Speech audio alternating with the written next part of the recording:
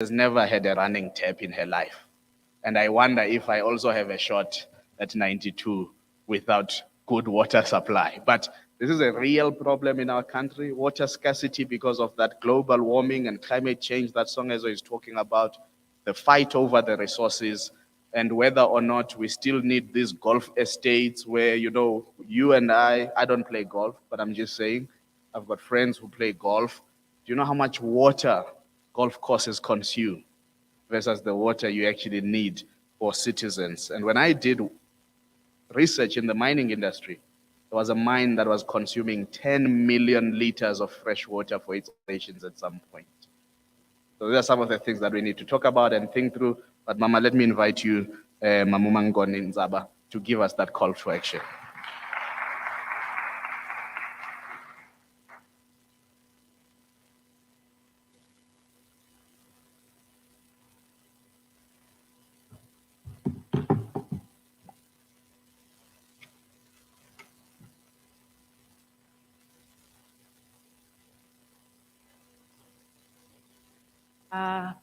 Program Director, thank you very much.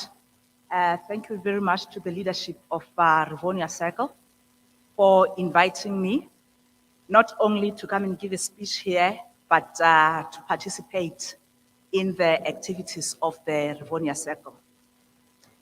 Before I go any further, Lukhona, next time you are sluggish on a Saturday morning, speak for yourself. Some of us are not so sluggish. We are quite active and looking forward to being very participative today. When I was invited to actually join the Rivonia Circle, my first question was, why the name? And Tessa and Songezo were at pains to explain to me, as Songezo has explained earlier. And I sort of caught on and said, yeah, you are on the right track. And then there was the launch, and then there was the website, which actually explains everything that the Rivonia Circle is about and the activities that are taking place there. And I sort of said to myself, I can identify with this, I don't want to say crowd. I can identify with these people.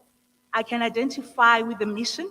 I can identify with everything that is on that website. Actually, there is more that could go onto those activities, but I think bite-sized chunks would help. Now today, I've been invited to give a speech on a call for action. Now, what is a call for action? It's actually a plea, a stimulus, an appeal, a request, encouragement for people to act. We've been talking for too long, we've been lamenting for too long, but without action, how does that help if there is no action? So, and one would ask, how do I bring my ideas into fruition? This is the platform. If we have those ideas, here I'm talking to you sitting in here, and I know there are people who are following online, on the Twitter space, on Facebook, and other platforms. We are talking about action. Without action, Songezo summed it. Without action, we are going nowhere. Now, on many occasions, we have lamented the state of affairs in South Africa and the challenge of trying to turn things around. And I believe that we are all in agreement that it is incumbent upon all of us sitting here and online to act in whatever way that we are capable of to contribute towards changing the current trajectory of development or lack thereof.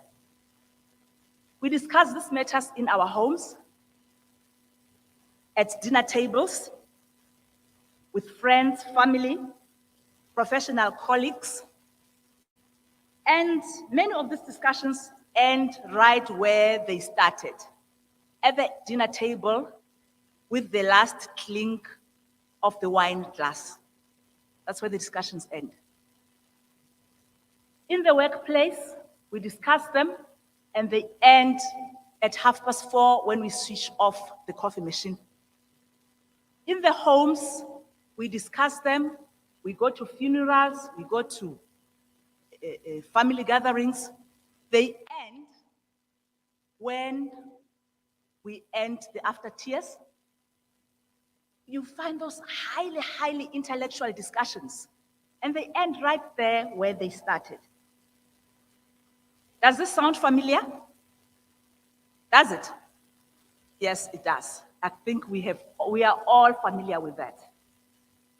And then what? We speak big English in these gatherings that we have at the golf course.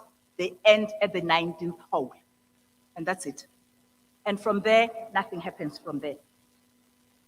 Now, one of the mission of Rivonia Circle, I'll pick up one or two things that are stated there. Through our efforts, we aim to transform South Africa from a failing state into a robust, sustainable democracy that provides a better quality of life for its citizens through the realization of progressive socio-economic rights and a shared national vision. We also say our mission is to produce ideas and leaders that will turn South Africa into a modern, prosperous, and just society, whose social contract is underpinned by social democratic and social solidarity principles. And we have the desire to create change. Now, why is this change not happening? Everybody has this desire to create change. Why is it not happening? We seem to have lost or forgotten our activism as well as our civic responsibilities. Perhaps they are too inconvenient, or they are not necessary. To some people, they are not necessary. This could be because of the false belief that we have completely overcome our challenges. We have arrived, haven't we? Yet the reality that these challenges are with us is not about, and these realities are not about to go away unless we confront them head on. Many of us who perhaps belong to the middle class, some are wealthy, some belong to the middle class, and so on. I think we are delusional. We have reached a point where we think we have arrived, and therefore there are no challenges are huge in the country. That challenge of water, not having water or not having sanitation, not having electricity, not having roads, indeed they are there. And I don't want to talk about that today. As I said, I do not want to lament these challenges. We know them. Today is the day to say, what are we doing about them? How are we confronting them? Our mission is not to be combative, but to do everything in our collective power to transform society. And again, I want to stress it is incumbent upon us to develop a vision for our future and the future of generations to come. To borrow from Peter Drucker, he says, the best way to predict a future is to create it. If we don't create our own future and our children's future, it will be created by some other people who do not believe in these ideals that have been talked about today. They will create an alien type of future which we do not align with. And if we do not align with, what are we doing about it? We might as well create it for ourselves. Through Rivonia Circle, we are creating that future. Now, again, to borrow from Jim Carrey, he says, decide what it would mean if everything in your life was going exactly as you wanted it. I am sure each one of us still has that gap. You've planned your life in a certain fashion. You want to go in a certain way, not only for yourself, but for your family, for your community, and for the country. And what you do when you see that gap, things are not going the way we want them to go. Let's not lament that again. What do we do? Sometimes one wonders what the forefathers of South Africa's democracy would say when they see the current state of affairs, the state of poverty and helplessness in our communities. Would they be content? Would they be upset? Would they be disappointed? Can we look them in the eye and say, we have done well?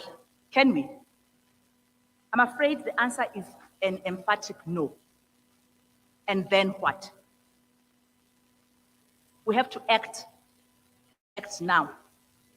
The only time we have is now. Not later, not tomorrow, not next month, not next year.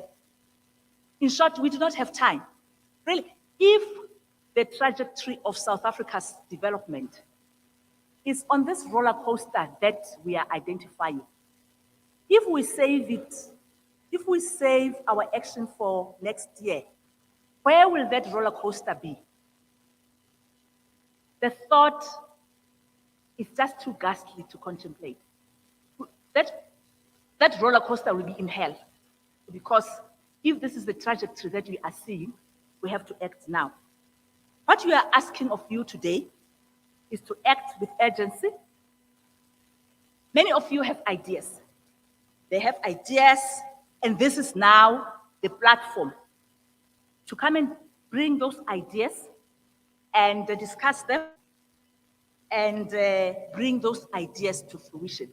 Many of us are intelligent. We think about these things, but we are isolated in our own little corners.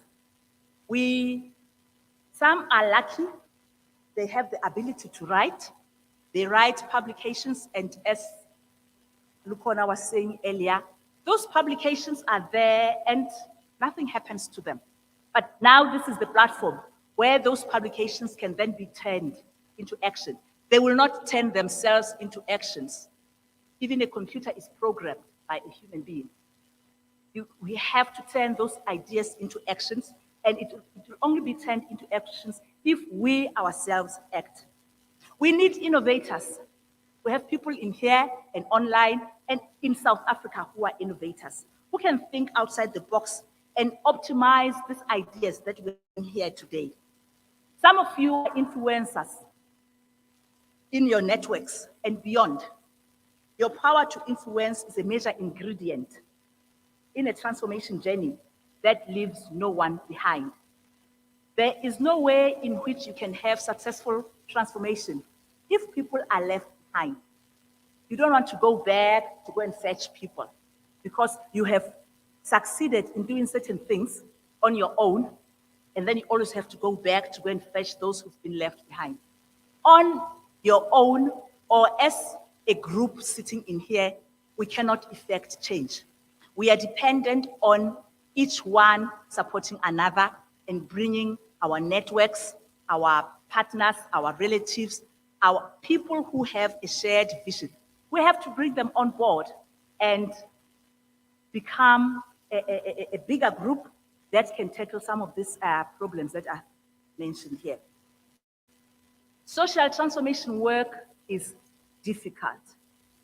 Some of us have been at it pre-94, post-94, we are still at it. It's difficult, but not impossible. It can be done, but it requires muscle to do it. When I say muscle, I mean muscle from the masses, from everybody who has anything to contribute. You can't do it in isolation. Additional people make the task of social transformation lighter and easier and sustains momentum. We can have the best ideas relevant to the challenges that have been mentioned, but if individuals are isolated, their ideas are easily drowned by the very challenges that they are trying to confront. We have to focus on a shared values and common goals. A renewed South Africa is possible through your ideas, actions, and participation in this transformation journey. We need your skills. We need your enthusiasm. We need your participation. We need your resources. Many of you have used their resources to come here, and we are thankful for that. Your brains are your resources. Your education is a resource. Your networks become a resource. We need those resources. You participate in the various themes that have been mentioned here earlier, whether it's in the economy, whether it's in social policy, in the environment. There was a mention of climate change here, which is ravaging the world, and it always affects the poor more than anybody else. Whether it's social justice or democracy, just please participate. Now the question would be, how I participate as somebody sitting here or somebody sitting at home and listening? Sign up. I want to believe that some of you who are sitting in here are already signed up. But what do I mean by signing up? Signing up is not enough for yourself. We would really appeal to yourselves to go and mobilize others to sign up as well.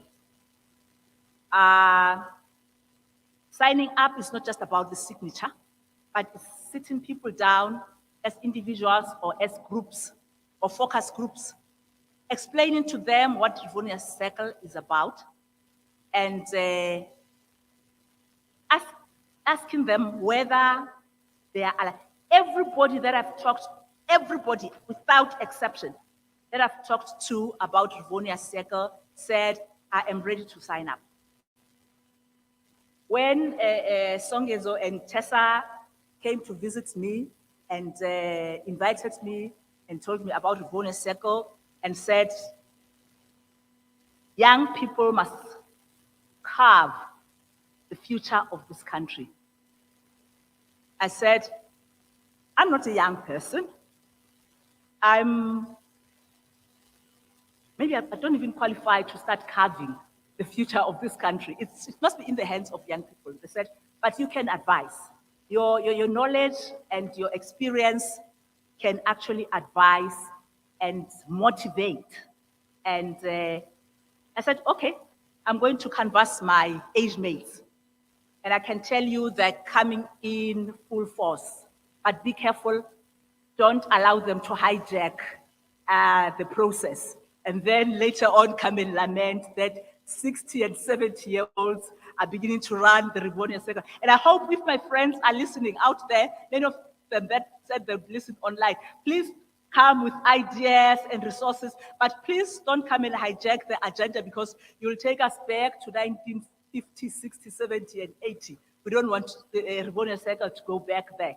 But those experiences are quite important. So signing up, it's your duty, and it is also your duty for others to go and get others to come and sign up. Would it be asking too much if I say every week, each one of you, please ensure that at least 5 people are signed up? Is that asking too much? Is it? I don't think so. I don't think so. Those colleagues that are at the golf course and who end up at the 19th hole, and those big English discussions, they are people who are ready to sign up. And signing up is not just signing up, it's then availing yourself. The next step is then avail yourself. Don't just end up at the 19th hole. Avail yourself for occasions such as this. People here have left their homes, their friends, their whatever they could be doing on a Saturday morning. They have availed themselves. So those 5 people, it is your duty to then assist them to avail themselves to the actions that are required. What is now the next action? Then don't just avail yourself, but take action. There are so many things that we can do. We've been told about the democracy workshops, we've talked about the drama workshops. When I was invited to join Rivonia Circle, there's a project which I am it's a small project in a place called Klepgat in north of Pretoria. People are producing vegetables to feed themselves, their families, and their neighbors. If they don't have land, what they've done is to go and ask for permission to plant vegetables on school grounds that were covered in weeds. And they are now producing vegetables. Those are small things that ordinary people can do to get out of, I don't even want to call it poverty, just hunger, to get the next meal. They are doing it, and they're not just producing for their families. Those are the sort of things that we should be looking at and saying, when people are hungry, it's undignified to be hungry. And therefore, how do we bring back that dignity? And I've always said and thought to myself, Rivonia Circle, we have to bring back our dignity one big leaf at a time. So those of you who are Christians, some of you are not, they know what is meant by the fig leaf. It really protects the last bastion of your dignity. Remember the fig leaf. In the Bible, the fig leaf was used to cover one's dignity. So we are bringing back our dignity one fig leaf at a time. It doesn't have to be big leaves. The fig leaf is enough to cover your dignity. We believe that the change we yearn for can come from society, ordinary citizens, not the powerful elites. We've seen the powerful elites. What have they done for society? I'm not sure. I am not sure. People are still going to bed hungry. So it's up to ordinary citizens. We have to reimagine the future possible with our actions. Or else we can sit back and allow the status quo. Do we want the status quo? You still want your grandmother to drive a wheelbarrow to go and get water 2 kilometers away. That is the status quo. It can't be. It shouldn't happen. Do we still want our children to cross those rivers, going to school, and coming back? It's not the type of future that we want. By the time we leave this meeting, we should have committed to, and not only in here, but even online, we should have committed to spreading the message to those who are not here today. We have networks. We can't be sitting on Twitter and Facebook and sharing our celebrity status about what I have achieved lately, what my house looks like, what my new car looks like, what my new boyfriend or new girlfriend looks like, and so on. Or even spending hours criticizing government. It won't assist unless that criticism is then turned into action. We should be ready to participate in one or more of those themes and activities that are on the website. And I'd like to encourage people to please visit that website and get what is on that. But don't end there. Come back with other ideas. As I've already talked about, community gardens. I haven't seen community gardens on our website, but it is an idea that is very close to my heart that I am bringing in. And I'm sure many of you will have those ideas. Give us ideas about how do we get connectivity to people who are sitting in KwaMaphumulo, Skukuni, Xolobeni. How do we get them back into the economy if they are not connected to those to connectivity that makes us functional? I do not want to go any further than this. This is a topic that is very close to my heart. And if I am not stopped, I will go on and on and on. But I'd like to stop there, but reiterate the fact that there is the website, there are activities, and we are calling upon you to please act and indicate where your skills and abilities lie in that environment. Thank you very much.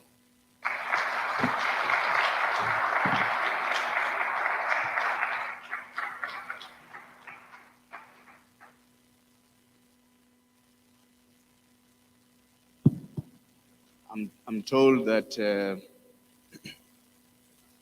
I can now come back to being a villager and not on a high pedestal. Thank you so much, Mama. If you are not inspired, pick up your hand. I was hoping there would be a hand of someone who's not a good listener. But wasn't that great? That was fantastic. So we are here to work. So I want to get to some work now. We are not here to just talk and talk. So if you look there at the back behind you, there are 5 posters with various themes: social policy and development, democracy and governance, new economies and economic participation, environmental justice, law and constitutionalism. That's also me just showing off my eyesight. So at some point we'll have an opportunity to have note pads for people to give us their names and what they think they can contribute towards a particular theme. Because we are not here to sort of then say, no, you can leave. You've already made a political choice to be here today. And as we have just heard from that call to action, we may have chosen not to be here. And I must say, Mama, I know you wake up very early. That trip to Brits, I couldn't make it. They left me behind. It was a very early trip because you are never sluggish on a Saturday morning. I can absolutely confirm that. But I'm going to open up for a bit of reflections. I don't want to say Q&A, but some reflections from around the floor before we carry on with the conversation. And that's because all of us here, one, probably made the choice to come, but secondly, it's because there's something that you are already doing, if not something that you are about to do, if not something that you definitely know you should be doing, but have not started to do. And I think we need to get into that mode now, and that's the mode we will be in. I promise you lunch will be served at 1 p.m. If they've not catered for you, then I would have made a false promise. They now need to make a plan. But let's get to that. I want to see, let's say, 3 hands for now. Just reflections on what we have heard this morning, what you think the Rivonia Circle means, or some points of clarity and so on. And if you heard Umamangone, she speaks as a Rivonia Circular, and that's because soon enough, there will be a launch of an advisory board. Not the board of directors, that's something else as a governance structure, but an advisory board that will counsel on the work and the direction of the trust of Rivonia Circle's work. And today, you've just seen the first of that advisory board, and it has not been launched yet, but I think we can congratulate her for accepting the invitation to be part of that advisory board when it is launched. So let me get those reflections. 3 hands quickly. 1, 2. Let's start with the first one. Yeah. Please, just as part of housekeeping, introduce yourself. If you come from an organization, please do indicate, and then give us your thoughts. Good morning, everyone. My name is Silukela Malamudi from Generation G. Mine is not a question, it's just a remark that it's not true that young people are not interested in the progress and the development of South Africa. It's not true that young people are lazy and we want to be given things on a silver platter. We are here. we are here, and it would be really nice to see leaders like Omar just wanting and being willing to advise us, to guide us, because we are ready and we are prepared. Thank you. We are here to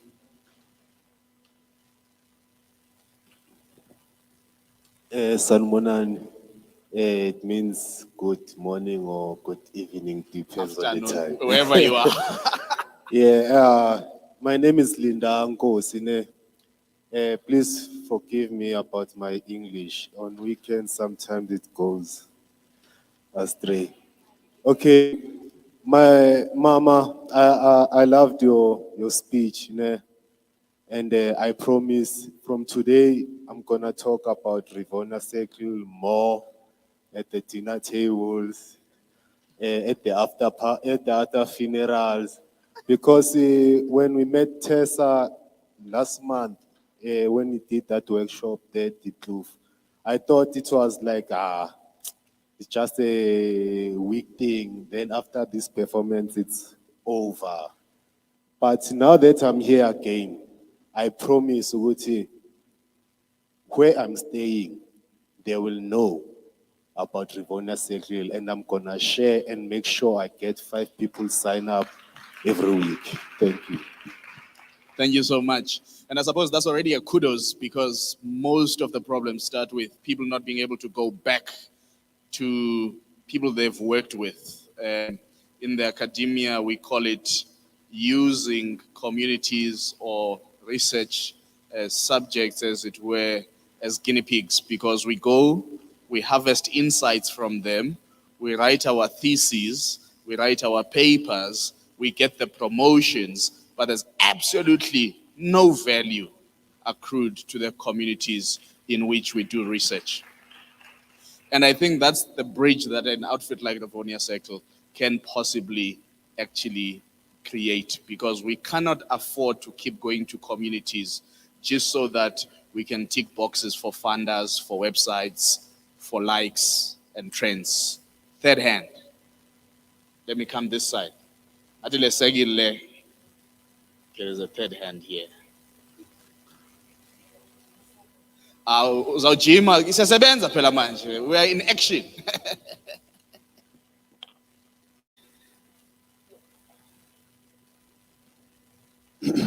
Sanbona. My name is Lucanyo Nyamana from Ivor Park, Region A. I think everyone hear me. Hi guys. Yeah, because my voice is outside. I don't know how can I start, but thank you, Tessa, to bring me here. I'm an activist, bro, in Ivor Park, the whole society of Region A. We are Youth Explosion. That's an NPO. Thanks to see recycling. We have thought about other recycling, but we are here to see this recycling is coming with something that is progressive that we need as a young people. And we promise you, we bring hope into the society, especially in young people. We do many things in our society, especially in social development.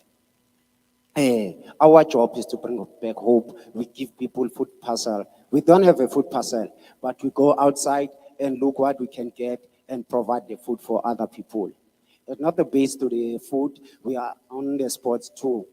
We are focusing on netball, because netball in our society is right. So we are keeping young people to be active. That's what we are doing. So what we need, Rivonia Cycle, we need to make a joint venture as we are here to take whatever recycling that you have a Rivonia Cycle for young people, and then we can bring to our community. We can give you what we have, what experience we have, because truly speaking, all young people, I can show you, are active. But the problem is one thing: those people who hold us, who direct us, call as leaders, are the one who give us a wrong information. They steal our information, but they didn't provide into the right doors. So we are here to stand for ourselves. Thank you for that opportunity. Thank you. And I just want to say thank you to the speakers who have spoken. I say this quite a lot, Mama. The reason why this country has not collapsed is because of the activists in this country who stand up for self-actualization, to feed themselves in a sea of poverty. And as you said, just to solve a hunger problem, because the poverty question is bigger than that, just to make sure there's food on the table. And I wonder to some of us as a question, what have we done to help this country not collapse? Because if those activists didn't exist in the various communities, and it pains me, it's an absolutely painful thing when I go to various communities and I see the work that small organizations are doing without resources, without grants, and some organizations can afford because of the grants that they have, but they still don't do. So as long as Lucanyo is saying they are here, they want a joint venture. It's the first time I hear of a joint venture for social development. I usually hear it amongst tenderpreneurs. Hey, Mchana, we need a joint venture so that we benefit from this tender together. But now today we are being told a joint venture for social development, a further call to action. Absolutely fantastic. Let's go to the back. Do I have a hand? Do I have a hand in that semicircle? There's Kogan.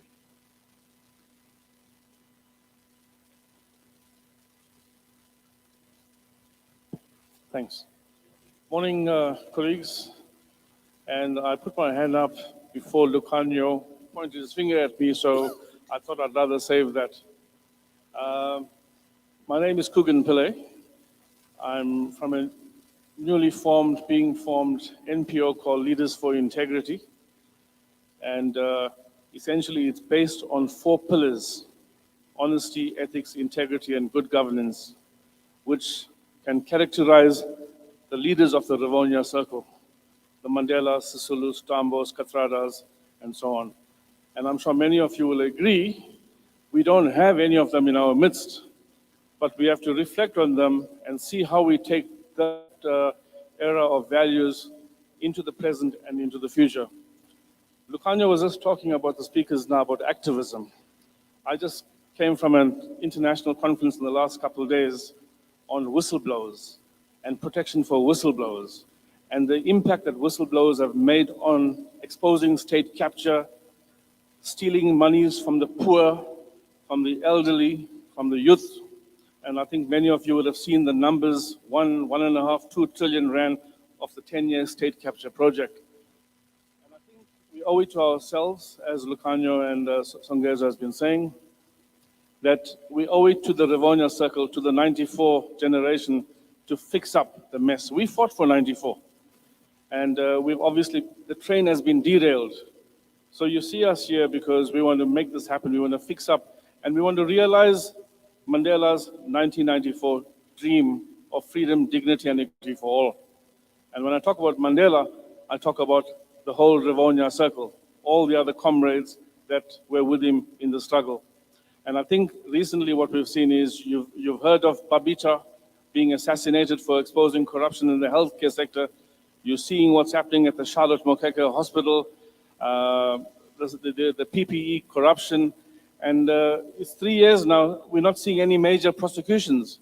But hopefully with Justice Zondo being reaffirmed as the Chief Justice, we might see some action.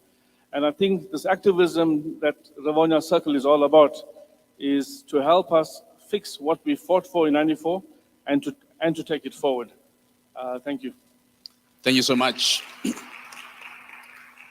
And for those on the virtual platform, yes, you can tweet me at Lukonamguni, hashtag Rivonia Circle this morning. Zolani Zonyane has sent a tweet.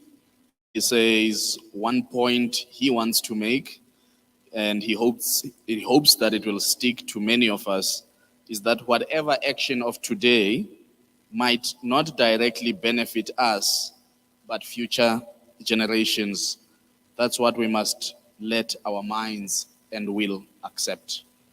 So that just that sense that you may feel, I'm working so hard, but where are the results? It's an investment to the future. You may depart, but your efforts will continue to build that future. And to tell the truth, our future, as Mama gave us the quote from Utraka, our future has already been stolen because of the amount of debt this country is in. We don't have a future in this country, but we can help stop that for our children and future generations to come. That it's painful, you pay 21 rands plus for a liter of petrol if you pay petrol, or your taxi or bus fare is gonna go up because petrol is going up, it's still gonna go up. Because the leaders who are there today are messing up. And Kugan, I'm glad you talk about whistleblowers. The reason why we are able to see whistleblowers victimized, isolated, and killed in this country, not another country, in this country, whistleblowers are dying. And some we don't even get to know about because they were whistleblowers in a small municipality, in an auditing department. Just spend some time talking to people who have worked in auditing departments of municipalities in this country. You hear horror stories. Now, Mama, this work of social transformation needs muscle. What we call in political science is a critical mass. If we build that critical mass, then we all become whistleblowers and they can't finish us all. But if it's just a few who agitate for the change, unfortunately, those few will be shot, will be victimized, will be harassed, will be killed. And therefore, how do we make sure we are a critical mass for this social transformation we are looking for?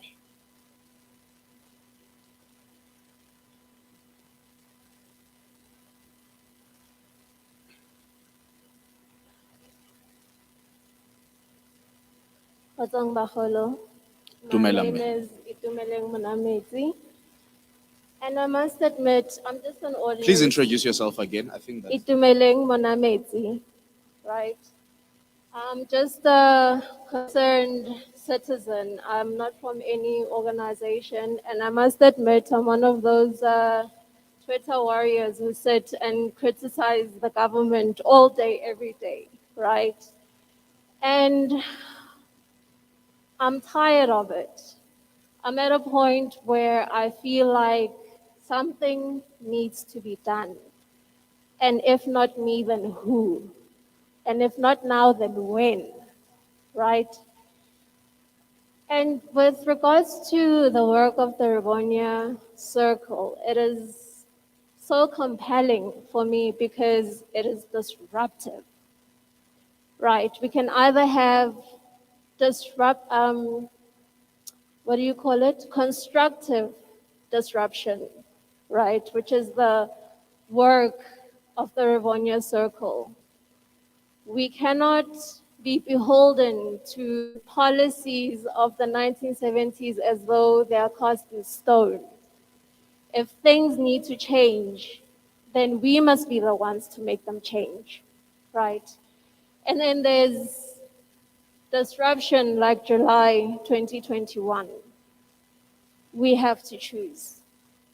We have to be the people that make that change. And I think that is why the Rivonia Circle, for me, it ticks all the boxes for constructive disruption. And I was telling Tessa earlier that I feel somewhat like a groupie. I love her work ethic. I love her passion. And I feel like in all these platforms that we participate in, it's men who dominate the conversations. And the history of our world and the wars that have been fought, and the dysfunction we find ourselves in has been caused by men. I'm sorry if I'm being offensive, right? And I feel like this particular platform with the position that Tessa holds, they walk the talk. They're putting women at the forefront. The work is to empower not only women and the youth as well to be active participants. I think the work of the Rivonia Circle is what is going to capacitate those of us who are at a point of being tired of talking and wanting to do something about it. Yeah, that is why I am here. That is why I am so moved, because it resonates with all those things. Thank you. Thank you so much. So nice to see people from the Twitter streets for the first time. There are so many papers that have been written about clicktivists. People who think if they share and like, they have done enough to change society. Now that we are getting off and behind, away from our keyboards, and we are saying we are here, we want to get the work done. I'm just so excited. Tessa, I hope you're getting ready for your session. I want us to start at 12, but I've got another hand at the back. Do I have another hand from this side? No? Yeah? Okay, I do. Okay. And then, yeah, before Tessa, I'll give you songs and Mamunzaba. Thanks, Lukona. My name is Sean Bolton. I work for the Ahmed Kathrada Foundation. I think this is an incredibly important initiative because it begins to center the importance of politics in our society. There is a common view that politics is dirty and politics is the work of politicians. But politics is about the petrol price, it's about the bread price. And if this initiative can begin to reorientate the importance of what politics means to the day-to-day lives of people, then I think we begin to break an understanding that politics matter and is not only the work of political parties. Because I think from '94, we have given up our hopes, our aspirations over to political parties, and then basically sat back and said we hope to then, through elections, keep people accountable. We are now at a point where I think many are in the world that system does. Our current political system doesn't work. There is a need for political parties, but I think without the active involvement, mobilization, and education of citizens, that becomes almost meaningless and brings us to the point where we are today. In the 80s, there was a notion of people's power. And I think we need to begin to think about what is people's power in a democracy, in a constitutional democracy. And how do we begin to give it life and new meaning and expression? And these circles might well be one of the answers to that. But there is a sense of urgency, however. I think the state of collapse, the state of crisis, does require that perhaps the Rivonia circles here think about your set of beliefs, your ideas, but how do you move that into wider civil society? Because I think there are immediate connections that you would need to start making and making them very soon, so that the core values that I think have been outlined here today become the common ground that you can get coalescing across the country. And I think that is very possible very soon. There are critical initiatives underway, but I can tell you that all that the media will be focusing on for the next, up until December, is the ANC conference, as if that's the only policy space that exists in this country. The work that you do here and that others might be doing is to start contesting the space for ideas as well as the need for action. And I want to conclude. There is a dire need for all of us in civil society and every other initiative to understand and to begin to work out what does it take to organize people so that they can be their own agents of change. the need to develop community activists, the need to develop organizers that can go into communities and work with communities to unblock their issues is critical. Food gardens and all of that have their place, they deal with the immediate. But unless we change the power structures and relations in this country, we will be continuously relying on food gardens whilst those in office continue to mess up the country as they are doing. And I don't think there's time to allow for that anymore. Thanks. Thank you so much. We're out of time. We are out of time. One more, then I'll give Songezo a chance to respond and Umama to respond. And then we move on to Tessa's section. Okay, we'll make it play. Thanks, Lukona. My name is Gukuletu Makletuga. I come from an organization called Self-Leadership Academy. We offer psychological or psychosocial support to learners and young people who are entering into the entrepreneurial space.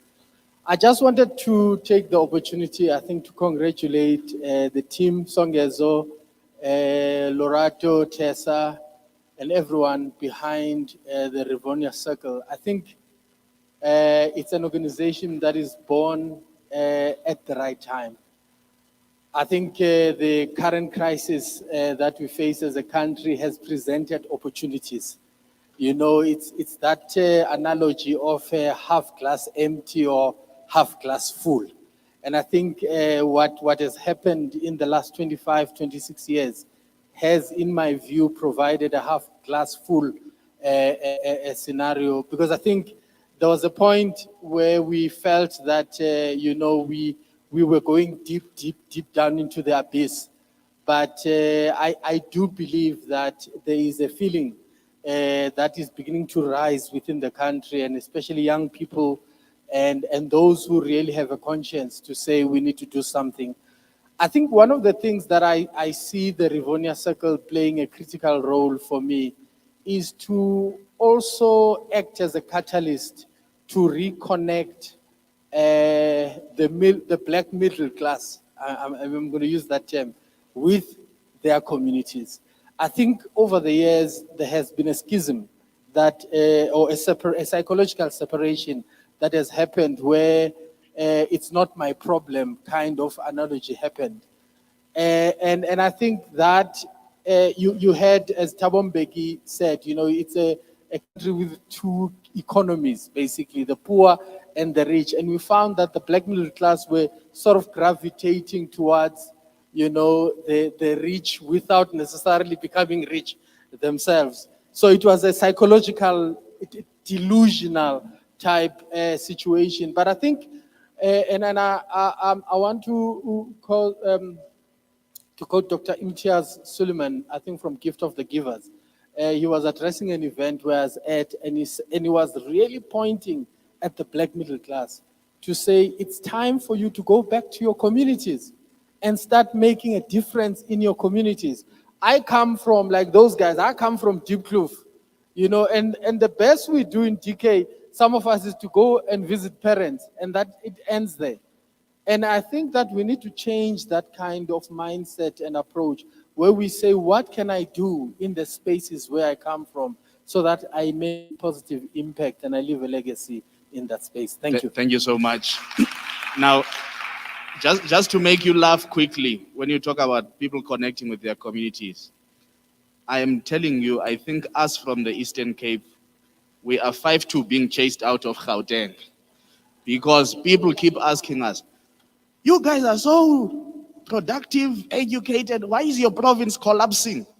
I think they are about to kick us out of the province. So they go fix it. It's not good. But at least I've seen Karen here, so I know that media people are not all, you know, not caring. Songs, I have a plea here. 2 seconds. Thank you. The name is Dennis Mashabela. I don't belong to any, or didn't come from any organization. I here on my own basis. I think there's something that really got me, and I guess everybody else, at the heart of what Songezo was saying, is that at heart, each one of us, we are really at essence social democrats. It's not such a difficult concept. It's not even something that one needs to teach.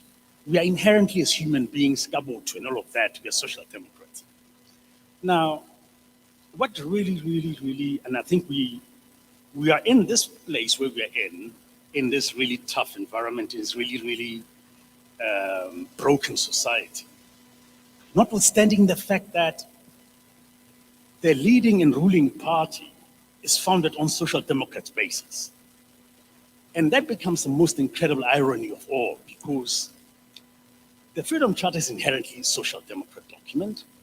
The people go in there and probably, well, maybe not probably, but become the most rapacious people you've ever seen in your entire life. And you say to yourself, basis do people become like that? And yet they've won elections on the basis of social democrats. Now, I move on to what comes to, for me, becomes possibly an opportunity or rather a direction. And it comes out around how we need to take all of these things and take them back to people themselves. Say, this is what social democrats means to me.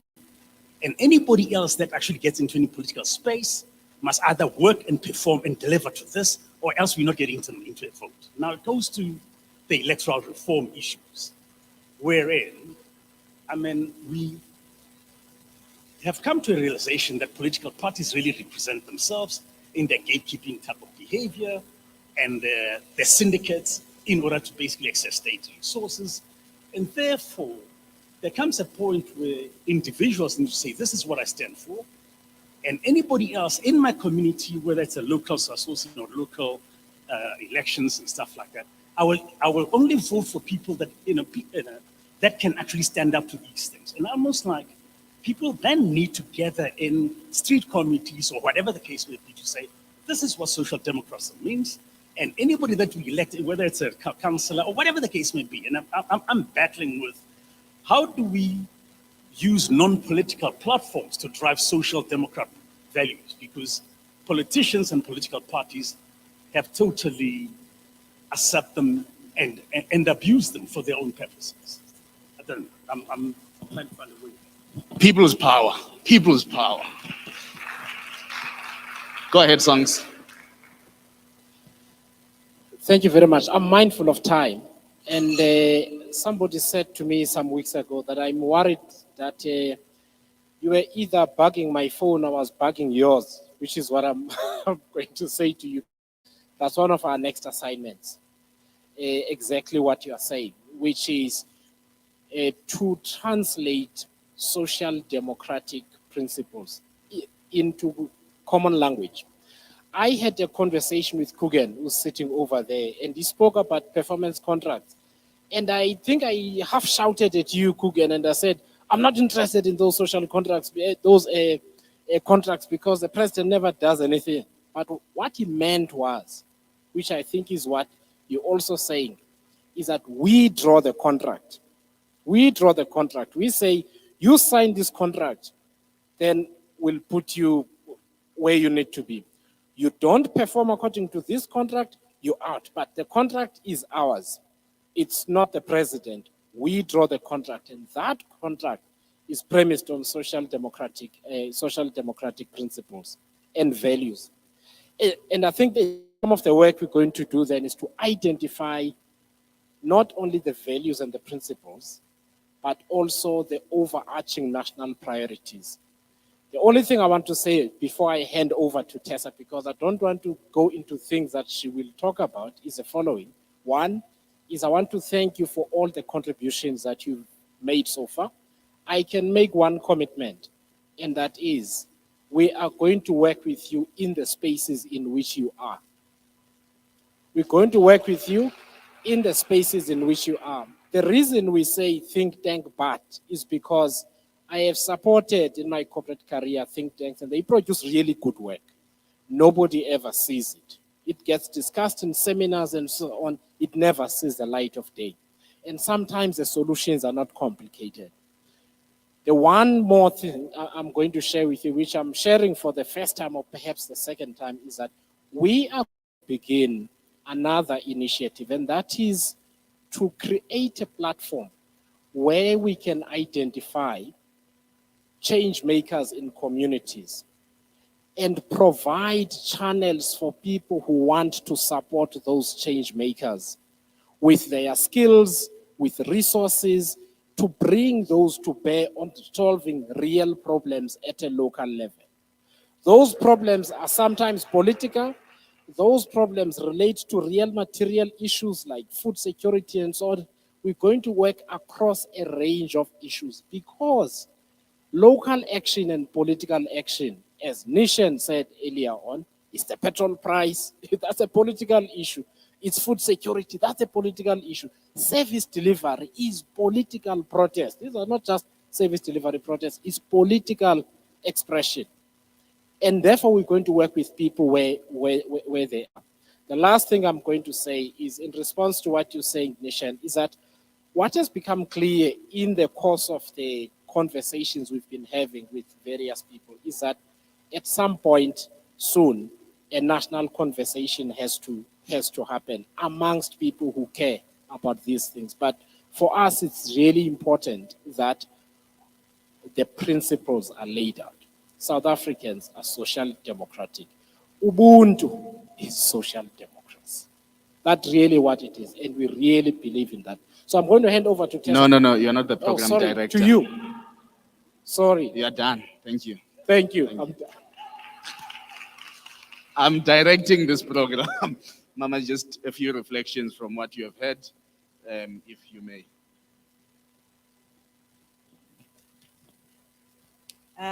Thank you. I am inspired. I came here to inspire, but I think I'm inspired. Inspired by the young people who stood up and said, my hand is up. We want to work. We are not just how we are being depicted as lazy young people who want to get everything. We want to work. And I'm really inspired by that.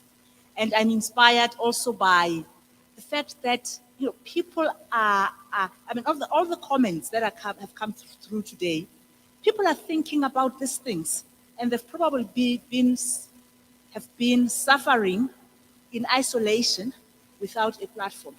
And I am glad that this platform has been created. But I think we will have further discussions where we will debate issues, and today I don't think it is a platform for that.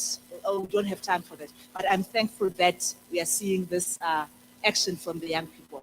Thank you. Thank you so much, Mama. To what you are saying, there's a study we did in KZN of 1,000 rural voices across the 10 districts of KwaZulu-Natal. I've shared the data with some colleagues here. There was a section where we asked people, if you had a chance to speak to the president, what would you say? Not a single one of them asked a question. They boldly stated what they would tell the president were the president to be in front of them. I've seen a video from another study where the person says, Mr. President, come to us, we have the solutions, not you. And that's really what this work is about. And now Tessa is going to tell us about some of the inner workings of Rivonia Circle's work and the collaborations that are there and they are busy with. Yeah? Asambe! Asambe! Asambe! Hi, everybody. As you can hear, there are Rivonia Circlers in the room. I don't even know what what the collective noun for Rivonia Circle is. But I'm very glad that there's an understanding of what this is, and there's an energy about what this is.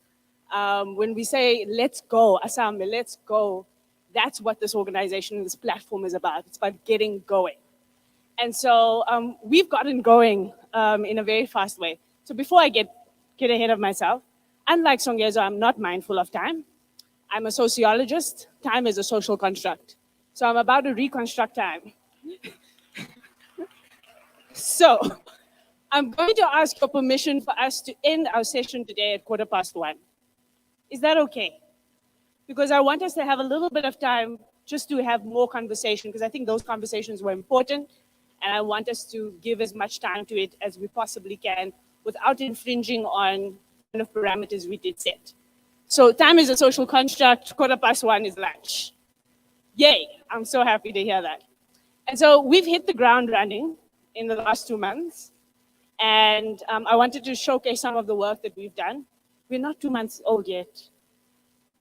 It feels like we've been here for a long time. But I wanted to showcase some of the work. I wanted to thank some of the people who have helped us get this work started by appreciating you guys. Some of those people are in the room, some of those people are online.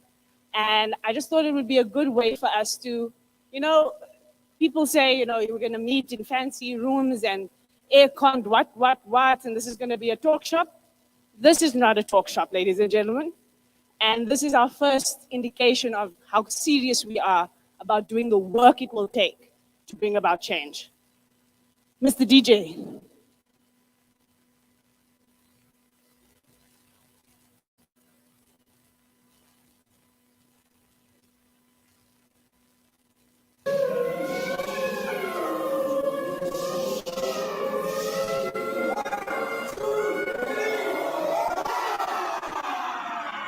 A circle of profound ideas to transform our society.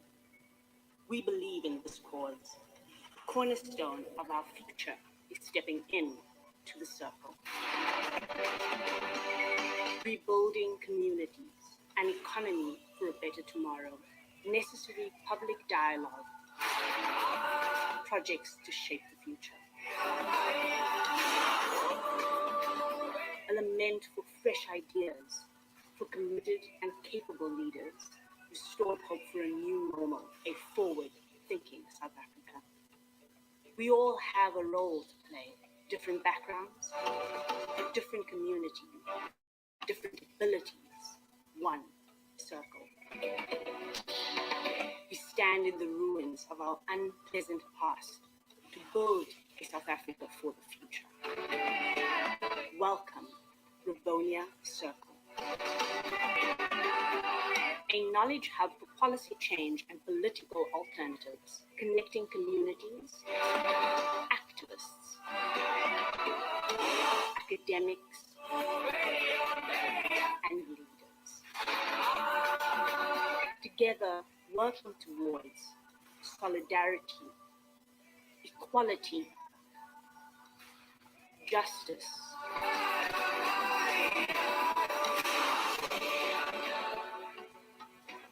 and the well-being of all South Africans.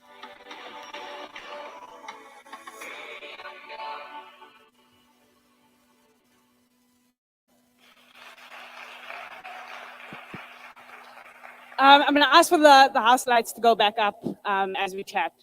So the next screen is really my talk in a very, very short format. I've got a one-slide PowerPoint for my part of this conversation because I want to throw it back to all of us. So the house lights need to go back on if we can, and then just please give me up that get involved slide.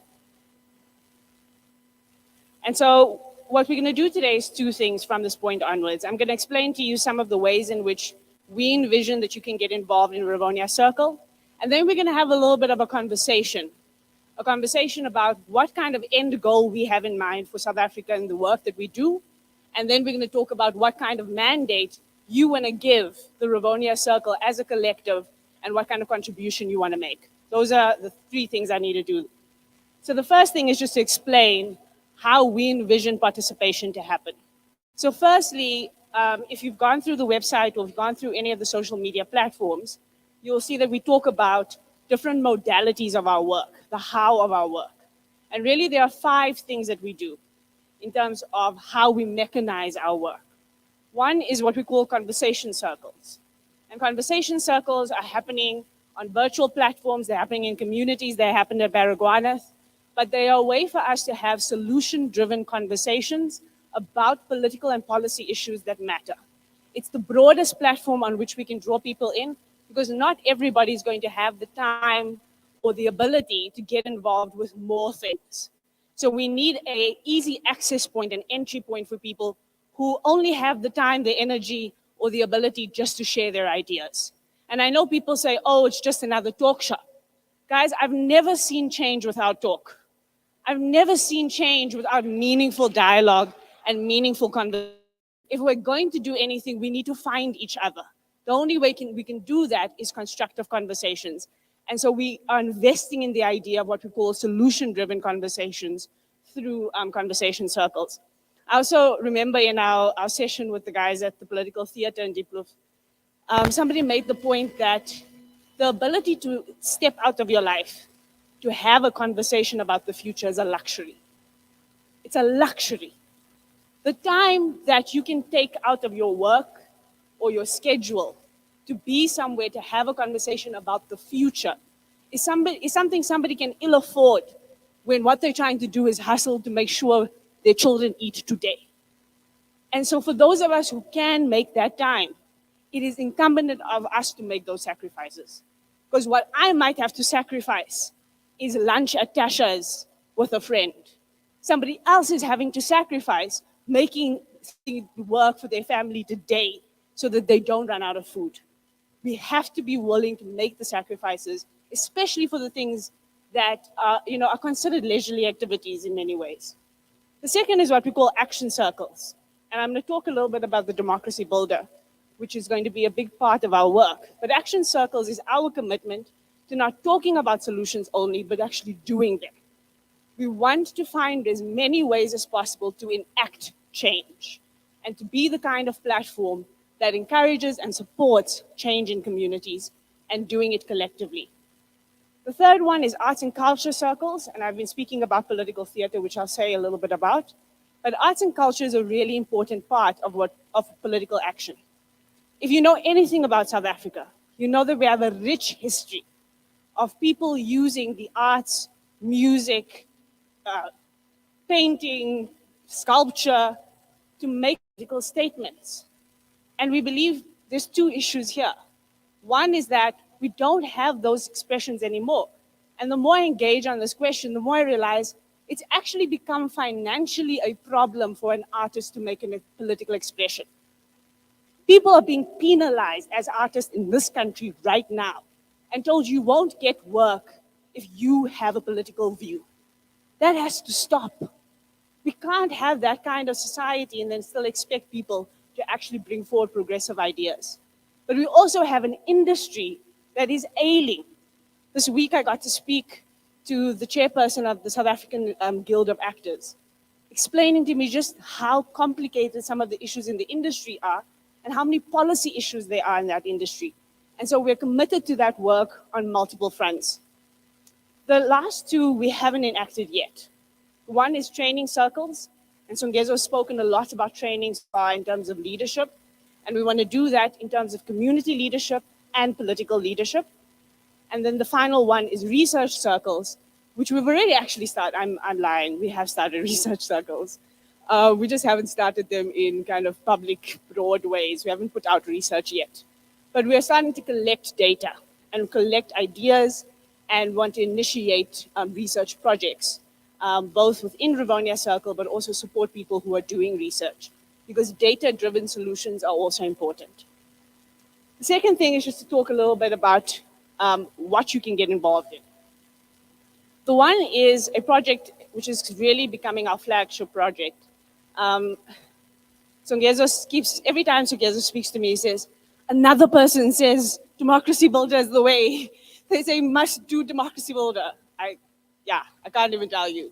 But let me explain what democracy builder is and why people are saying that this is how we really get political action going in the country. What we do at Democracy Builder is we go into a community like we did in Toyando. We have a conversation about what politics means to people in that community on a day-to-day basis. We ask those people which solutions they'd like to drive. We do a project management session where people actually build and develop projects by themselves. And right now, as we speak, there are 3 projects happening in Toyando for the next 6 weeks. And those are being driven without us there. There's a meeting this morning, actually, of the education project team while we're doing this. And what we want to be able to do is enable people to act on their own behalf and to support that work. And we think that this is an incredible tool that can be taken up by people in any community in order to get community action going. Political theater, we've started and launched. A lot of the political theater team is here.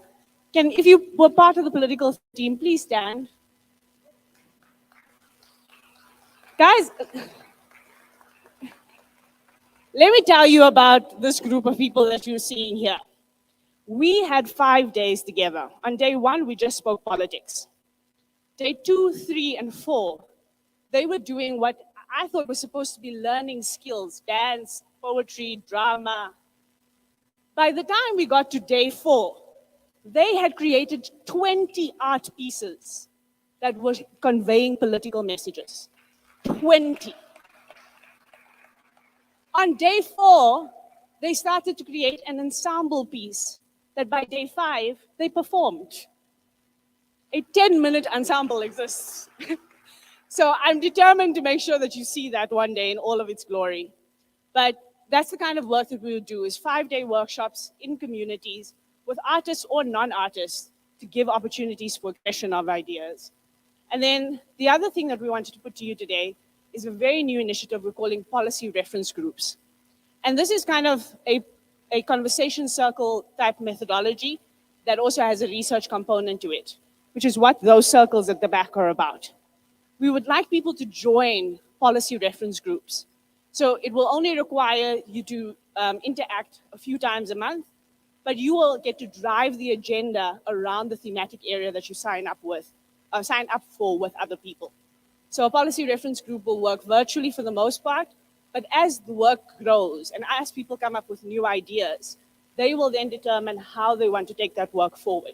It's one of the ways we hope to grow organically what the work of the Rivonia Circle is. We don't want to set the agenda. We would like people to set the agenda and see this as a platform for that. So the last 2 things are very simple for me. What we're trying to do is give you an opportunity to share, and already we've been asked to share this with other people, share the work we do, share the ideas, share the way you want to engage with other people. Engage with the work. If you want to lead a democracy builder in your community, tell us. If you want to take political theater to a community that you know, tell us.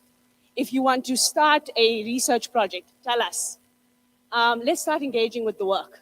If you have, and we're going to talk a bit about issues that you want to raise, but if you have an issue you think needs to be raised, tell us. Our job is to be the hands and feet of this platform, of this network. As you've seen, our hands are very busy. Songeza was busy with technical right after his talk. But it's because we see that as our role. We are the hands and feet to make this platform work. The platform is yours to use. So we are at your service as the Rivonia Circle team. Which then gives you the opportunity to engage, to act, and to empower others. And I'm going to briefly talk about empower because it goes through the last part as well, the why. We want to not only do things ourselves, we want to do things with and for others in the country. We must be in the mode of empowering. And so that's why we talk about solutions, because solutions matter, and that's how you start giving back to others. We want collaboration, and we're asking you to collaborate as individuals, as organizations, as businesses, in any way that you can. But ultimately, we need to support each other. And we've had long conversations about what support in Rivonia Circle looks like. And one of the things that we're going to be testing out this year is what financial support looks like. I'm going to say something incredibly controversial that I didn't tell the team I was going to say. But as Black communities, we scoff at the AfriForums of the world. But the AfriForums of the world also finance themselves so that they can have their opinions heard. And we need to get into a position where we start financing ourselves. We can fundraise with all the big funders in the world. But if we can get to a point where we fund ourselves and the things that matter to us ourselves, then we run the agenda. And we can challenge big funders to have the right ethics. But if we become our own funders, we're better off for it. And so we're going to be launching Democracy Builder Fund, where if you want to contribute to the work that democracy builder communities do, you can do that. But we're going to start more crowdsourcing platforms where you can contribute directly to work and you can see where that money goes. We want to be transparent about where money comes from, where it goes, what happens with it. And you're going to have to hold us accountable for that. Yeah? And so what we're here to do today is to figure out how we then all get involved in this work. And so we're going to do our first workshop activity today. You see, you were sitting in circles. You thought it was just cute because, circles. No, they are work circles. And you're going to do your first piece of Rivonia circle work. So I'm going to ask people who are not in one of those circles. 1, 2, 3, 4. Actually, you guys can be a circle. So I'm going to ask you guys to come join the circle here. You can join the circle here. Yeah, my math is right. So Londi is going to bring around a card and a pen for a scribe in your group. And then the card is also going to tell you what your group is going to discuss. Now, one of the things that we talk about a lot at Rivonia Circle that happened by accident but now has become a thing is we talk about South Africa 2.0. South Africa version 2.0. So when you get a phone, you get one version, and then 2 years later, you get another version. We think that South Africa 28 years later is due for an upgrade. That South Africa version 2.0 needs to start to exist. But the exercise I'm going to ask you to do is that in your group, based on whichever one of the circles you've been given, to come up with a list of at least 5 things that characterize what that South Africa must look like pertaining to your issue. Now, why are we doing this? A lot of times we lament the problems, right? South Africa knows how to talk about problems ad nauseum. Then what do? We go straight to action. Here's a problem, let's build the solution. What we don't spend enough time doing is say, what does the end goal look like? What is our joint vision of success? What's the thing we are building towards together? If you've ever been in a bus, and as a child particularly, your parents took you on a long journey, you know you have to pack food, you know all sorts of things. But if as a child, you don't know where the destination is, you don't know how long it's going to take you to get there, do you remember that feeling of frustration you had? Are we there yet? I feel like South Africa is in a perpetual state of are we there yet? Because we don't know where we're going. And so part of solution building is let's first figure out a joint picture of where we should be going to. So I'm going to encourage you for the next 5 minutes, 5 to 10 minutes. We'll do things fast at Rivonia Circle, as you can see. Just to come up within your group 5 pictures of success that says the economy for version 2.0 South Africa must have this, will look like that, will have these features. Does that make sense? So huddle up as a group. For the people who are online, I'm going to encourage you to do that using the hashtag. Say South Africa 2.0 when it comes to either the economy, law and order, the environment, social policy, whatever you choose online. All I want to see is tweets that say, or Facebook comments that say, South Africa 2.0 will look like this, will have these features in order to be successful. Can we do that for like 7 minutes? Can you huddle together quickly and come up with 5 things? I just want 5 quick things. Your little manifesto of the future. South Africa 2.0 looks like this on your issue. Quick, quick, quick.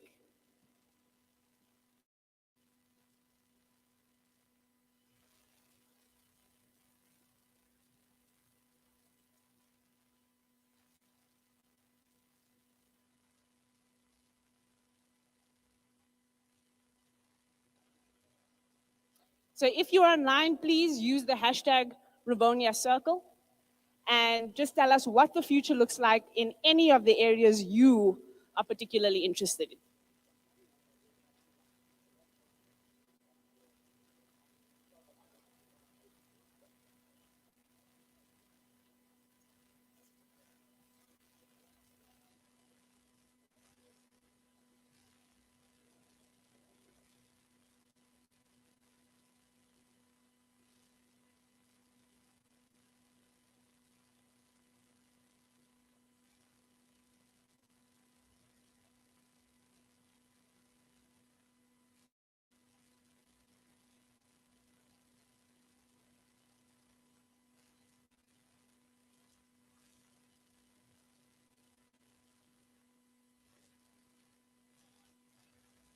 So none of your statements is allowed to say the problem with South Africa is. None of your statements can say the thing we are going to do next is. Your statement must say South Africa will look like.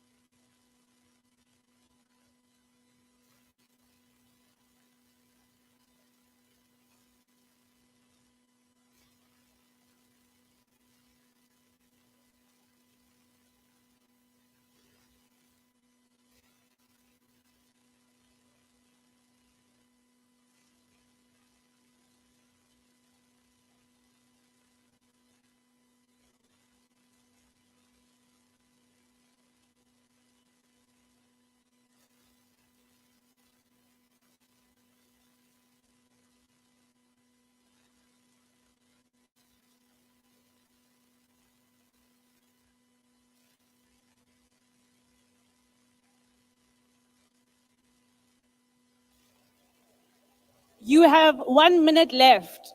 So make sure you're at least at number 4. You have a minute left, you have a minute left, you have a minute left. The people on the live stream have gone to the toilet, they've peed, they've written their mission statements, they've tweeted, they're waiting for us.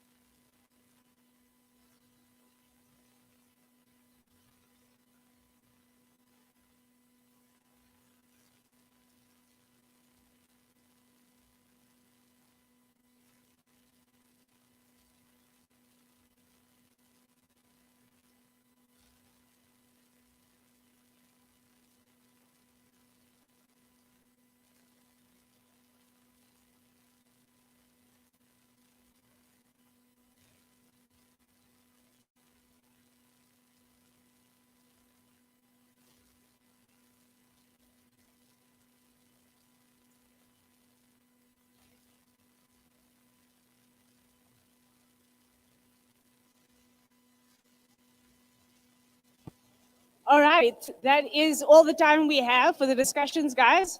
So I need one person just to share from your group what you came up with on your list. One person from each group, 1 minute each, run us through your list, yeah?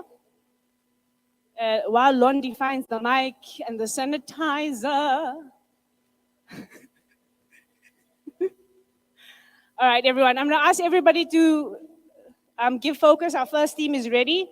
So we now need one conversation at a time, and we give our focus to our first group, yeah? All right, guys.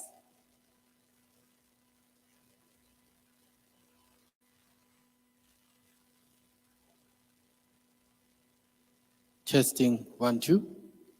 Thanks, thanks Tessa. So our group was looking at the area of social policy, and these are the kind or the outcomes that we want to see from a prospering South Africa in the future. We want to see from a social space a South Africa that is transparent, where honesty is the rule of the game. When you are not honest, you find yourself uncomfortable and you probably immigrate. So we want to see a country that espouses the principle of transparency and honesty. Secondly, we want to see a country that is socially equal. So social equality is a big thing for us. In essence, and we've sort of looked at education as a catalyst, mentorship as a catalyst towards that, but social equality becomes a big issue for us. 3, we want to a country that espouses participative governance. So at all levels, we want to see South Africans going into spaces where they contribute towards budget formations, whether it's at local government level, community level, and all those areas.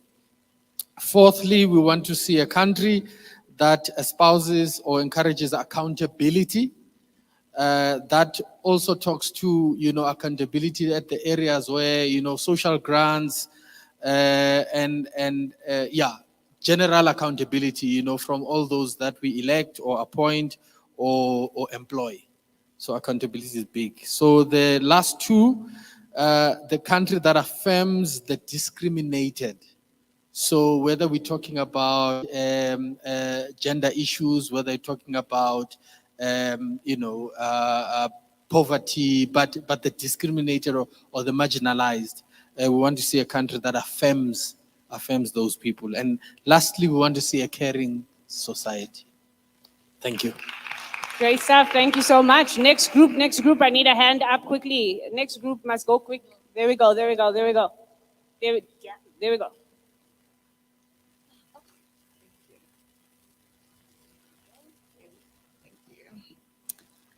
Good afternoon, everyone. My name is Pokazi. This will be group 2. In our group, we have democracy and governance. Bullet number 1, we have accountability, and my friend here will explain. Oh. Good afternoon, everyone. So in terms of accountability, we thought that in terms of accountability, we want accountability from all sectors of society, be it government, the private sector, and even in civil society circles. We thought that this is important because one of the reasons why South Africa is in the situation that it is currently is because there's been lack of accountability. People go about doing whatever they please without being held responsible for their actions. And also it will be important as we enter the climate change. Yeah. So yeah, let me not blame. Okay, thank you. Bullet number 2, citizens who would look educated, though that won't be the case. Citizens who would look educated, though that won't be the case. Sanbonan. All right. We're really trying to say that we would need to reinforce the understanding of what democracy is, like basic understanding of what governance is as well. One of the things that Socrates had a problem with democracy was that he felt that not everyone in his society actually understood what democracy is. So yeah, so we just need like a basic understanding of what it really is and how it functions, not just in the political space, but even like in your domestic space, you know.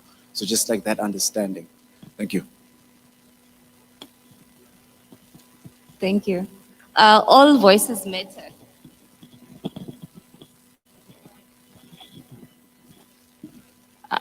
So essentially, by that point, the idea that a citizen's voice matters irrespective of age, gender, creed, background, jalo njalo. Your voice as it is holds weight in conversations around democracy and governance. Okay. The next point that we had was putting back the servant in public service, right? Even the language that we use is incorrect. We talk about a ruling party. They are not emperors and kings, right? They are public servants. So in terms of a democracy, every citizen has an understanding that the person who stands as a president is not in a position of power. The power belongs to the person who puts him in that position. And therefore, he is at the service, he or she, breaking the patriarchy, she is at the service of the people who put them, of the people who put him or her in that particular position. Thank you, Group Democracy and Governance. Who's the next group? Whoop, whoop. The last one. Oh, wait. Oh, let me sit myself down. Decolonizing Knowledge. And luckily, I've got 2 books with me here. Are you going to read them, Paul? Anikwai Amo and Chino Achebe and Jabulo Ndebele, Ezekiel Mpahlela. Why am I saying decolonizing knowledge? It's about even us sitting here. We are organizing these problems, and why can't we decolonize them in such a way that even the social people down at Deep Kloof can understand when I speak about democracy and when I speak about accountability, what am I speaking about, than using also big words that people don't understand. And some of them, obviously, we know higher level of education. But if we decolonize knowledge, that will be understood. That's a really important one. And in fact, one of our rules at the Rivonia Circle workshops is you can speak in any language that you want. We'll find each other in front.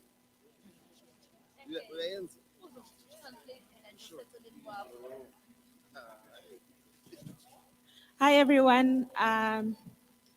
So our group, we discussed new economies and economic participation. Yo, my group is giving me so much pressure. So the overarching theme, well, the main point is we are envisioning an inclusive and growing economy. But then centered to that is a labor-intensive and a prioritizing economy that prioritizes national skills and what else? Yeah, I think our main theme is is a focus on national skills and well, we think for our growth to be inclusive, citizens need to participate meaningfully in the economy. We acknowledge the importance of technology and innovation. However, we also acknowledge the importance of involvement of the people that do not have the necessary skills then to participate in the new economy that has, that is based on innovation and technology. Oh yes, we want an economy that will narrow the gap, the inequality gap, that will speak to the people on the ground. And yeah, let me pass the mic if there's anything that I'm missing. Dumelang, ka lebitso ke Mokgale. This topic, new economies, economic participation. The thing that I came with first is that we need to understand that we are human beings first, before anything else. We're not just machines that need to get things solved. We're not just like running around the universe doing things that need to be solved. We also have to focus on ourselves as humans. So I was thinking of implementing ways, like spiritual ways of manifesting money first, because most of people just focus on things they lack outside of them. Hence why those troubles just get into their minds and trouble them also again. So if we find ways of showing gratitude to things that we have already, money will come, trust, economy will be better, because that person who's leading us economically will be at peace with themselves mentally, and they know how to make money and how to share and how to use it. That's it. We just need to know ourselves as humans first, not just be like machines. I need to get this solved and whatsoever, because we are here for a purpose.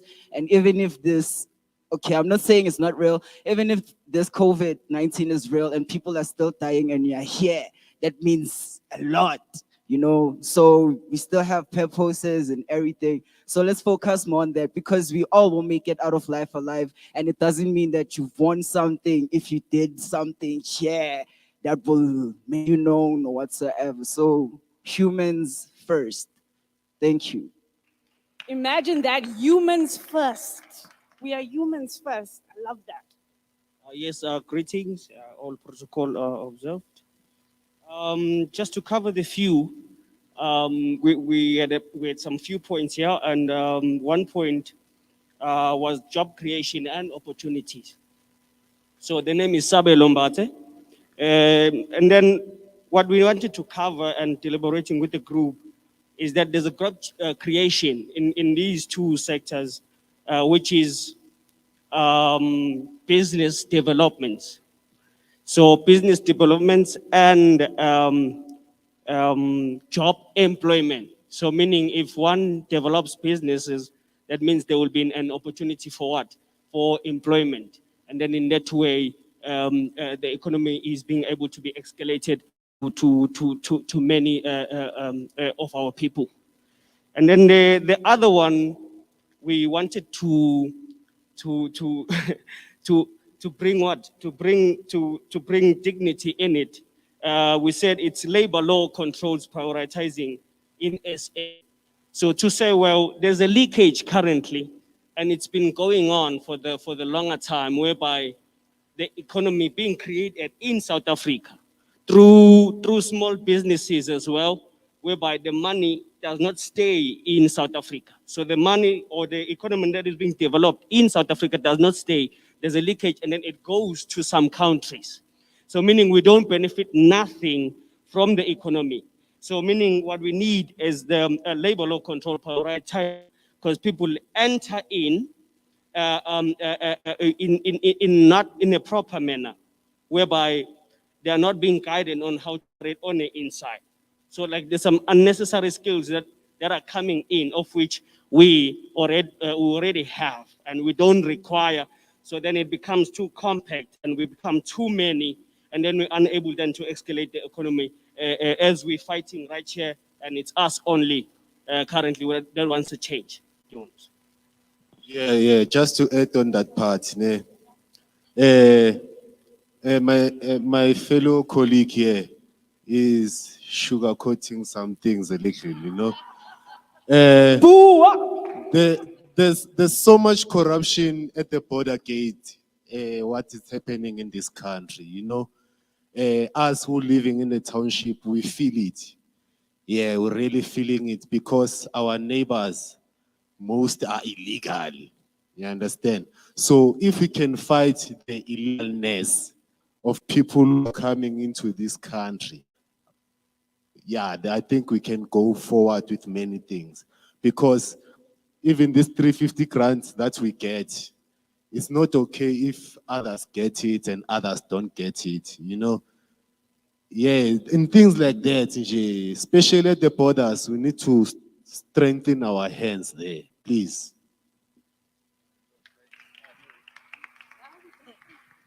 Team number next, team number next, team number next, team number next.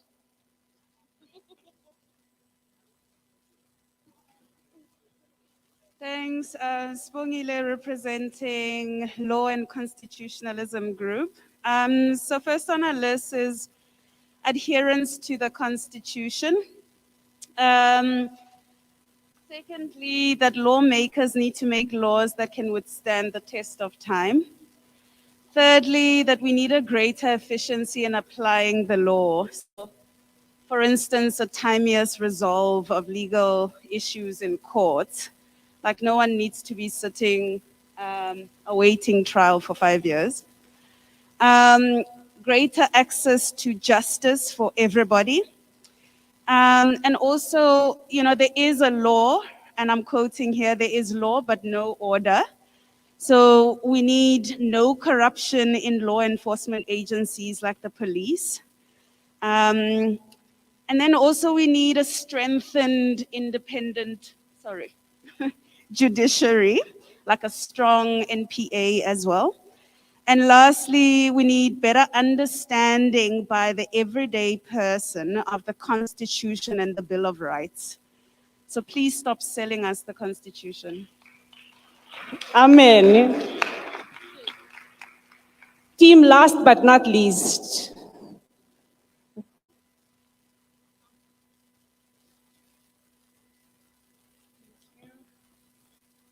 Okay, so I'm representing environmental justice.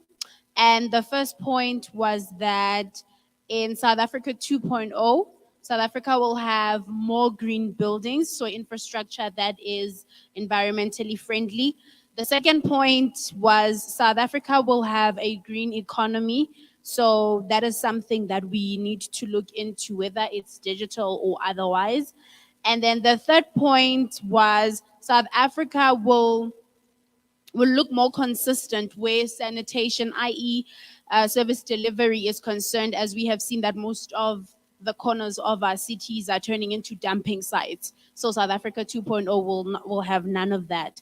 And then the fourth point was South Africa will have more efficient public transport with less pollution. And then last but not last, Right. The fifth point was South Africa will have more human-friendly habitation next to places of work, because we know that how our systems of, thank you, how our systems of residence have been set up is through the apartheid system. So that is something that we'll look into in South Africa 2.0. And then the last point is to have inclusive and accountable governance where environmental justice is concerned. Thank you. Asambe. Asambe. So when I say Asambe, you say let's go. I thought this was going to be simple, guys. Asambe. Asambe. Let's shove it up. South Africa 2.0. South Africa 2.0. Let's go. Congratulate yourselves, guys. You did really, really well. All right, and so we are heading to a closure, but there's another feature of this meetup that we're going to do every time we meet up, which is open the floor to hear what other people are doing. We've heard a few people already, but we've got 3 people who are going to share in 2 minutes what it is they're already doing in their communities. This is not only about RC's work. You don't have to only do work through RC for it to matter. Everybody's work matters, and so we have something called Collab Talks. And I'm going to hand the mic over to Paul, who's going to do our first collab talk.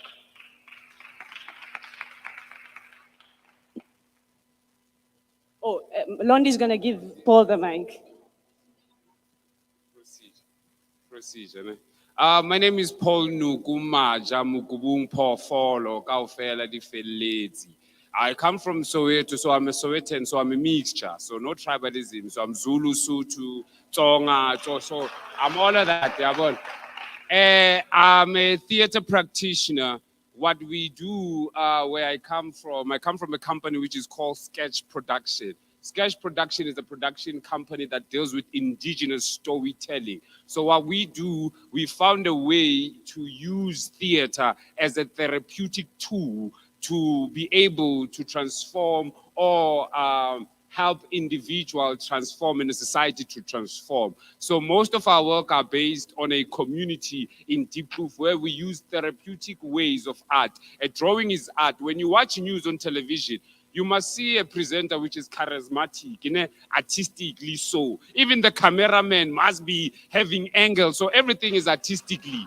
So even when we sit, it's still a performance. When you read Shechna speaks about performance, like performativity. It's an event and everybody is performing. Like Shakespeare will tell you, the world is a stage. Everyone has a character and their entrance and their exit. So we use theater to tell stories, and we use social ills to be able to conscientize any human being you can have. Art is therapeutic. Wherever you go, you know art is therapeutic. Thank you to Rivonia Circle to give us a kind of like a platform to be able to showcase what theater and the art does. I was watching at an MC, so I'm like, hey, this guy can perform. Young, yeah, yes. And I was hearing somebody say, I am a tweeter legend. When you are in tweet, you must use words. So you are a poet. Anyhow, you can't just tweet in your You must use words to be able. When you speak you must. So we are trying to use art to be able to transform an individual and transform a society. Wherever we are at, we transform lives. I can tell you, I am also a transformation of life because I come from a community background to an academic space to have a master's through the arts. And I stand here with you and I tell you, I am a true reflection of what Rivonia Circle can do to a society.